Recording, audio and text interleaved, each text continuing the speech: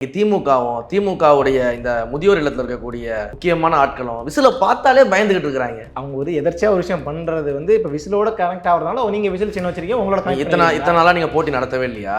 விசில தடை பண்ணீங்களா? இத்தனை நாளா சேப்பாக்கம் ஸ்டேடியம்ல மேட்சே நடக்கலையா? விசில தடை பண்ணீங்களா? இப்ப மட்டும் ஏன் தடுக்கிறீங்க? விசில வச்சு என்ன பண்ண போறான்? கொடி எடுத்து சொல்ல பண்றீங்கன்னு தானே சமூக வலைதளம் நிறைய தமிழ்நாட்டுக்கே தொல்லையா திமுக இருக்கு. அதனால தான் விசில் அடிக்கிறோம். அவங்க விசில் சவுண்டை கேட்டாலே பயப்படுறாங்க. முக ஸ்டாலின் அவர்கள் வீட்லயே குக்கர் சவுண்ட்ல விசில் வரக்கூடாதுங்கிறாரா? விசில் சவுண்ட் வரக்கூடாதுங்கிறா குக்கர்ல. அமைச்சர்கள் வீட்டுல குக்கர்ல விசில் சவுண்ட் வரக்கூடாதுங்கிறாங்களா? அந்த அளவுக்கு பயந்து போயிருக்கிறாங்க. நீங்க பொதுமக்களை பத்தி பேசிக்கிட்டு இருக்கிறீங்க. சேப்பாக்கம் ஸ்டேடியம் கிரிக்கெட் மேட்ச் நடக்குது. விசில் உள்ள கொண்டு போகக்கூடாது, தடை போட்டாச்சு. யாரும் விசில் பயன்படுத்தக்கூடாது. பாவம் வாசல்ல வர நிறைய பேர் இந்த விசில் கடையெல்லாம் போட்டுருக்காங்க. அந்த கடையை தூக்கிட்டாங்க. விசில் இருக்கக்கூடாதுன்னு சொல்லி ஒரு மேட்ச் நடக்குது. மக்களுடைய ஆரவாரத்தை எப்படி சொல்லுவாங்க? கை தட்டுவாங்க, விசில் அடிப்பாங்க. இதெல்லாம் எல்லாத்தையும் நடக்கிறது தானே. சேப்பாக்கம் ஸ்டேடியம்ல சேகுவேராக பயம் வந்துச்சு. இன்னைக்கு திமுகவுக்கு எதிராக ஆட்சியில் அதிகாரத்தில் பங்கு கொடுக்கணும்னு சொல்லி எல்லா கட்சியும் கேட்க ஆரம்பிச்சிருக்கா இல்லையா? கூட்டணி கட்சியே கேட்குதா இல்லையா? எப்படி கேட்கறாங்க? இவங்க இன்னைக்கு கேட்கலையே, அவங்க கடந்த காலத்துல கேட்கதான் செஞ்சிருக்காங்க. இன்றைக்கு எப்படி இவ்வளவு வலிமையா இருக்கு? ரமேஷ் சொல்றதை ஏத்துக்கலாம். இன்றைக்கு எப்படி இவ்வளவு வலிமையா வந்திருக்குது? இன்னைக்கு எப்படி தலையை பிச்சுக்கிட்டு இருக்காங்க? ஒரு ஆப்ஷன் ஒன்று இருக்குன்றதுனால இன்றைக்கு திமுகவுடைய உடன்பிறப்புகள் எழுதியிருக்காங்க. ட்விட்டர்ல போய் பாருங்க என்ன எழுதிட்டு இருக்காங்க தெரியுமா? 2026 to 31 காங்கிரஸ் இல்லாத சட்டமன்றம் எழுதிட்டு இருக்காங்க. ஸ்டாலின் அவர்கள் தனியாக நின்று 1% ஸ்டாலின் மட்டும் இல்லை 2 கட்சிகளுக்குமே கொடுத்த அறைகோல் தான். 1% தனியாக நின்று எடுத்து காட்டுங்க. சீமான் ப்ரூவ் பண்றாருல. நான் போட்டியில் இருக்க கட்சிகளை பத்தி பேசிக்கிட்டு இருக்கேன். தேர்தல் கட்சி அங்கீகாரம் வாங்கின கட்சிங்க வாங்கிருக்காங்க. நான் என்ன சொல்றேன், ஒரு படத்துல ஹீரோ இருக்கிறாரு, சரி வில்லன் இருக்கிறாங்க. அந்த 2 பேர் சண்டையை பத்தி நான் பேசிக்கிட்டு இருக்கேன். எங்க நடுவில் வர நகைச்சுவை காட்சியை பத்தி பேசிக்கிட்டு இருக்கேன். ஒவ்வொரு கூட்டம் முடியும் போதும் உயிர் பலி கொடுக்கப்படுகிறது தாவேக்காவுடைய கூட்டத்தில்னு சொல்லி இப்போ கூட நகேந்திரன் கூட கிண்டலா கூட பேசியிருக்காரு. என்னதாங்க ஏன் அந்த மாதிரி இதை வச்சு கிண்டல் பண்றாருன்னா அவருடைய மனநிலை யோசிச்சு பாருங்களேன். என்ன மாதிரியான ஒரு மனநிலை இருக்கும்? ஒரு இறப்பை வைத்துக்கொண்டு இப்படி பேசுறாரு அப்படின்னா எவ்வளவு கொடூரமான மனம் படைத்தவரா கூட்டத்துக்கு வந்தாதான் இந்த இறப்பு நடக்குதுன்னு கூடுதலா சொல்றாரு. உதயநிதி ஸ்டாலினுடைய கூட்டத்துக்கு போன வாரத்துக்கு 2 பேர் கம்பி மேல எரிக்கையில ஒன்று செத்தாங்க. அதை பத்தி பேச சொல்லுங்க. ஏன் பேசல? ஏன் அப்ப ஏன் ரெய்னா நகர் எங்க போயிருந்தாரு? டெல்லியில படுத்து தூங்கிட்டு இருந்தாரா?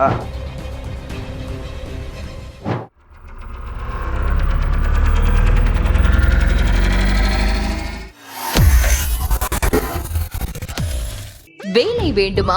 ப்ளூ ஓஷன் இருக்கிறது. 10th 12th டிப்ளமோ டிகிரி படித்தவர்களுக்கு உணவு, தங்குமிடம், இஎஸ்ஐ, பிஎஃப் இன்சூரன்ஸ் உள்ளிட்ட சலுகைகளுடன் அனுபவத்திற்கேற்ற நல்ல சம்பளம் 15,000 முதல் 30,000 வரை. பெண்களுக்கு முன்னுரிமை. 2,000க்கும் மேற்பட்ட வேலை வாய்ப்புகள் உள்ளன. இப்போதே தொடர்பு கொள்ளுங்கள். Blue ocean.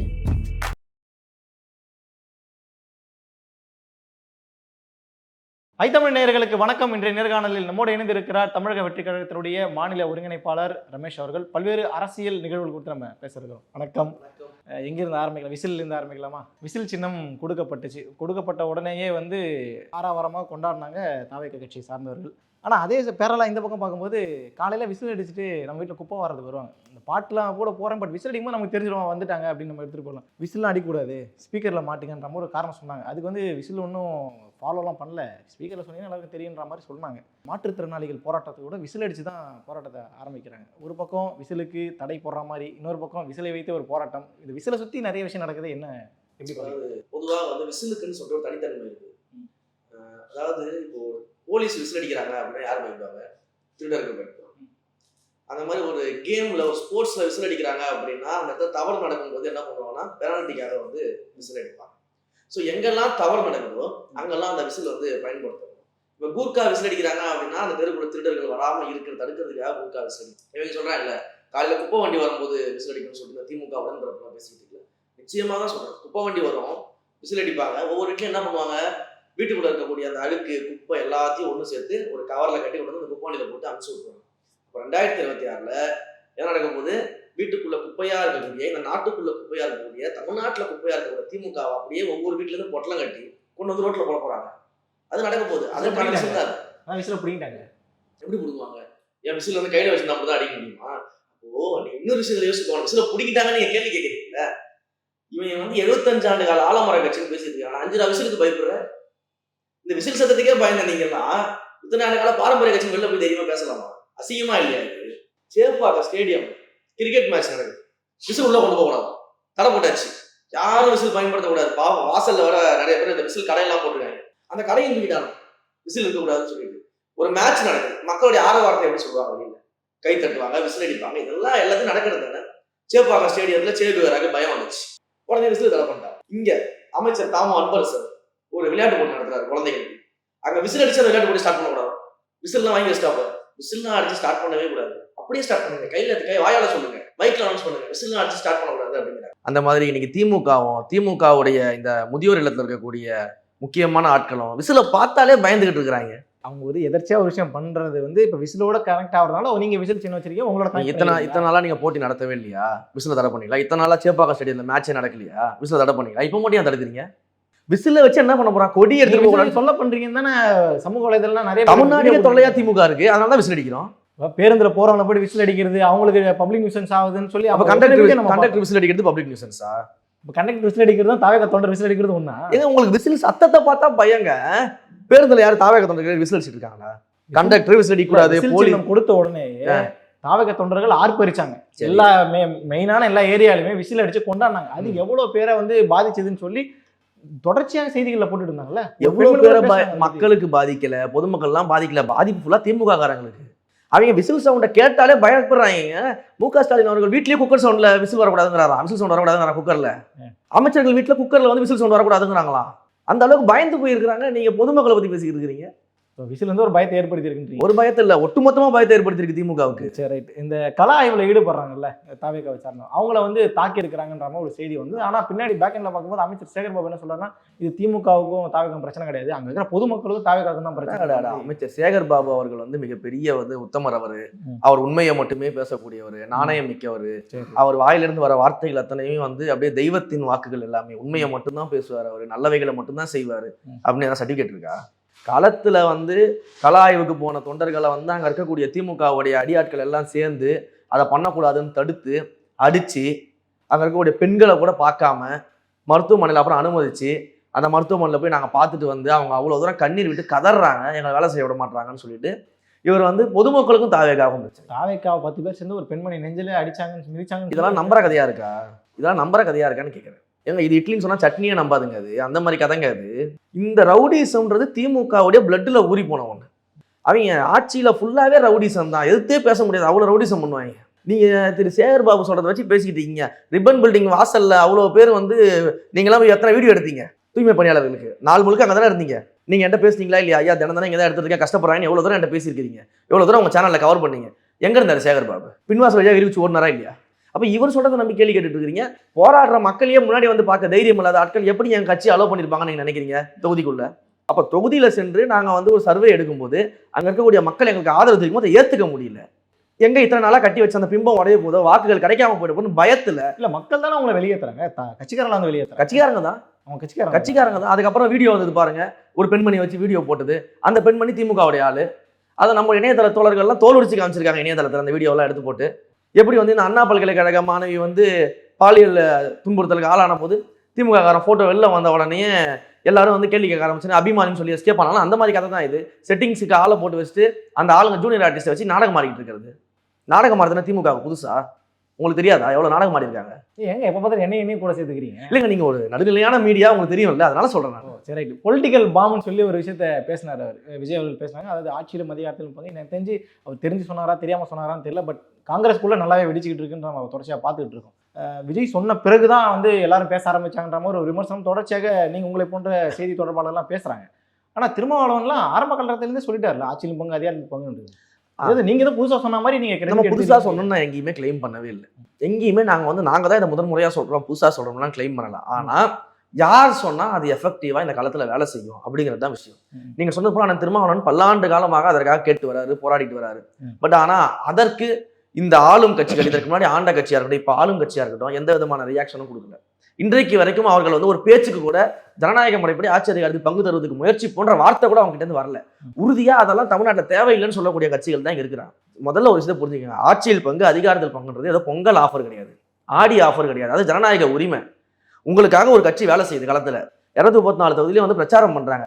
அந்த கட்சியை நம்பி வாக்களிக்கக்கூடிய மக்கள் இருக்கிறாங்க, அந்த கட்சி தலைவர்களுக்காக வாக்களிக்கக்கூடிய மக்கள் இருக்கிறாங்க. அப்ப அவங்களுடைய எண்ணப்படி அவங்களுடைய பிரதிநிதியா ஏன் அந்த கட்சிக்கு ஆட்சி அதிகாரத்தில் பங்கு தரக்கூடாது? இது ஜனநாயகம். இந்த ஜனநாயக உரிமையை அந்த தலைவர் பேசுறாரு. அன்றைக்கு பேசும்போது நம்ம இதே மாதிரி இன்டர்வியூ பண்ணோம். மாநாடு முடிச்ச உடனே எல்லாரும் என்ன கேள்வி கேட்டாங்க? ஒரு புது கட்சி இப்பதான் ஆரம்பிச்சிருக்கிறாங்க, எப்படி ஆட்சி அதிகாரத்தை பங்குன்னு கான்ஃபிடண்டா சொல்ல முடியும்? இதெல்லாம் எப்படி வந்து ஒரு ஓவர் நம்பிக்கையா இல்லையா, அதீத நம்பிக்கையா இல்லையா? நான் கேள்வி கேட்டேன். இன்னைக்கு என்ன நடந்துட்டு இருக்குது? இதே அம்பேத்கர் புத்தக வீட்டில் தலைவர் என்ன சொன்னாரு? உங்களுடைய கூட்டணி கணக்கு எல்லாம் மைனஸ் ஆகும்னு சொன்னாரா இல்லையா? இன்னைக்கு என்ன நடக்குது? எங்க ஸ்ட்ராங்கா தானே இருக்காங்க. எங்க ஸ்ட்ராங்கா இருக்கு? என்டிஏ கூட்டணி தெளிவா இருக்கு. திமுக கூட்டணியில நீங்க இவ்வளவு ஓப்பனா டிக்ளேர் பண்ணி ஆட்சியில வந்து பங்குதாரங்கன்னு சொல்லி யார் உங்களை பக்கம் வரலனா நம்பிக்கை இல்லன்னு தானே. இப்ப காங்கிரஸ் என்ன பேசிக்கிட்டு இருக்குது? இப்ப மற்ற கட்சிகள் என்ன பேசிக்கிட்டு இருக்காங்க? தொகுதி பேச்சுவார்த்தை எல்லாரும் பேசுறாங்க. இன்னைக்கு திமுகவுக்கு எதிராக ஆட்சியில் அதிகாரத்துல பங்கு கொடுக்கணும்னு சொல்லி எல்லா கட்சியும் கேட்க ஆரம்பிச்சிருக்கா இல்லையா? கூட்டணி கட்சியே கேக்குதா இல்லையா? எப்படி கேக்குறாங்க? இவங்க இன்னைக்கு கேட்கலையே, அவங்க கடந்த காலத்துல கேட்கதான் செஞ்சிருக்காங்க. இன்றைக்கு எப்படி இவ்வளவு வலிமையா இருக்கு? ரமேஷ் சொல்றதை ஏத்துக்கலாம். இன்றைக்கு எப்படி இவ்வளவு வலிமையா வந்திருக்குது? இன்றைக்கு எப்படி தலையை பிச்சுக்கிட்டு இருக்காங்க? ஒரு ஆப்ஷன் ஒண்ணு இருக்குன்றதுனால இன்றைக்கு திமுகவுடைய உடன்பிறப்புகள் எழுதியிருக்காங்க. ட்விட்டர்ல போய் பாருங்க என்ன எழுதிட்டு இருக்காங்க தெரியுமா? 2026 to 31 காங்கிரஸ் இல்லாத சட்டமன்றம் எழுதிட்டு இருக்கான். பாத்தீங்களா? அதை எழுதிட்டு இருக்கிறான் உட்காந்துக்கிட்டு. ஆனா அவனுக்கு பாவம் தெரியல. 26 to 31 மட்டும் இல்ல, 26க்கு அப்புறம் திமுக இல்லாத சட்டமன்றம் உருவாயிடும். வரலாற்றுல திமுக இல்லாத சட்டமன்றம் உருவாகும். அதை நாங்க செய்வோம். இல்ல இப்ப எனக்கு என்ன கேள்வி வருதுன்னா, காங்கிரஸ்ல ஒரு பகுதியினர் வந்து தாவேக்காவுக்கு ஆதரவாக தான் பேசுறாங்க. அதை வெளிப்படையா சொல்றதா இருந்தா ஜோதிமணியா இருக்கட்டும், மாணிக்கம் தாக்கூரா இருக்கட்டும், இன்னும் சில முக்கியமான நபர்கள் எல்லாம், பிரவீன் சக்கரவர்த்தி மாதிரியா இருக்கணும். இப்ப உங்களை போன்றவர்கள் வந்து அவங்கள வந்து தூண்டி விட்டு பேச வைக்கிறீங்களா அப்படிங்கிற கேள்வி. தூண்டி விடுறதே இல்லைங்க. ஒரு கட்சி, ஒரு கூட்டணி கட்சி இருக்குது. அந்த கூட்டணி கட்சி எப்படி வந்து அடிமைத்தனமா நடத்தப்பட்டு இருக்குன்னு நம்ம சொல்லிக்கிட்டு இருக்கோம். ஒரு கூட்டணியில கட்சியோட தலைவர் சொல்லணுங்க, நாங்க அடிமைத்தனமா இருக்கிறோமா இல்லையா? அவர் தெளிவா தானே சொல்றாங்க. மக்கள் என்ன பிரச்சனை? நாங்க மக்களுக்கு சொல்றோம். இப்போ திமுகவுடைய கூட்டணியில பல்வேறு கட்சிகள் இருக்கு. சரி, ஆட்சி அதிகாரத்துல பங்கு கொடுக்கறது கிடையாது. கோபாலபுரம் குடும்பத்துல பிறந்தா மட்டும்தான் அங்க வந்து துணை முதலமைச்சர் ஆக முடியும். கோபாலபுரம் குடும்பத்துல பிறந்தாதான் ஆட்சி அதிகாரத்துக்கு வர முடியும். கோபாலபுரத்திலேயே பெண்ணாக பிறந்தாலும் அது கிடைக்காது. ஆணாக பிறந்தா மட்டும்தான் கிடைக்கும். ஏன் அக்கா கனிமொழிக்கு இல்லாத அரசியல் வரலாறு வந்து உதயநிதிக்கு இருக்குதா? ஏன் ஒரு பெண்மணி தானே, அவங்க கட்சி ஆட்கள் தானே, ஐயா கலைஞருடைய வாரிசு தானே. அப்ப அவங்களுக்கு கூட கிடைக்காதது. அரசியல் அடிச்சுவிடே இல்லாம, வரலாறே இல்லாம அந்த உதயநிதிக்கு எப்படி கிடைச்சது? அப்ப இதை நம்ம மக்கள்கிட்ட கேள்வியா வைக்கிறோம். அப்ப அது ஒரு குடும்ப ஆட்சி, ஒரு மன்னர் ஆட்சின்னு நம்ம சொல்றோம். கூட்டணி கட்சிகளுக்கு அங்க மரியாதையை கொடுக்க மாட்டாங்க. கூட்டணி கட்சி இல்லாம முதல்ல திமுக கிடையாதுன்னு நம்ம மக்கள்கிட்ட சொன்னோம். நீங்க ஒரு எக்ஸாம்பிளுக்கு எடுத்து பாத்தீங்கன்னா, இதே திமுக எத்தனை இடங்களில் ஜல்லிக்கட்டு வேடிக்கை பார்க்க போச்சு. அமைச்சர்கள்லாம் ஜல்லிக்கட்டு வேடிக்கை பார்க்க உட்காந்தாங்களா? எத்தனை இடங்களில் உட்காந்து வேடிக்கை பார்த்தாங்க? அங்க போய் உட்காந்து விளம்பரம் பண்ணிட்டாங்க. பக்கத்துல உட்காந்தா கூட கூட்டணி கட்சி அளவு கிடையாது. குடும்ப வாரிசுகளுக்கு தான் பக்கத்துல உட்காரணும். கூட்டணி கட்சி உட்கார வைக்க மாட்டாங்க, சீட்டு தர மாட்டாங்க. அப்ப இப்படிப்பட்ட சூழல் நடத்திக்கிட்டு இருக்கிறாங்க. இனிமேலும் வந்து மக்கள் வந்து தெளிவாகுங்க. இப்படி வந்து கூட்டணி கட்சியோட உழைப்பெல்லாம் சுரண்டி திமுக என்ன பண்ணுது? ஒரு குடும்ப ஆட்சி நடத்திக்கிட்டு இருக்குது. கோபாலபுரம் குடும்பம் மட்டும் அனுபவிச்சுக்கிட்டு இருக்குதுன்னு நம்ம மக்கள்கிட்ட சொல்றோம். அப்ப இதையே வந்து மற்ற கட்சிகளும் புரிஞ்சுக்கணும்னு நம்ம பேசுறோம். இன்றைக்கு எங்க தலைவர் பேச ஆரம்பிச்சதுக்கு அப்புறம் அதோடைய வலிமை அதிகமா இருக்குன்னு நாங்க சொல்றோம். தலைவர் அது மட்டும் பேசல, 30% வாக்குகள் வந்து வச்சிருக்கோன்ற மாதிரிலாம் கூட இப்ப சமீபத்தில் நடந்த மேடையில பேசியிருக்காரு. செங்கோட்டையன் சொல்றாரு 42%, தலைவர் சொல்றாரு 30%.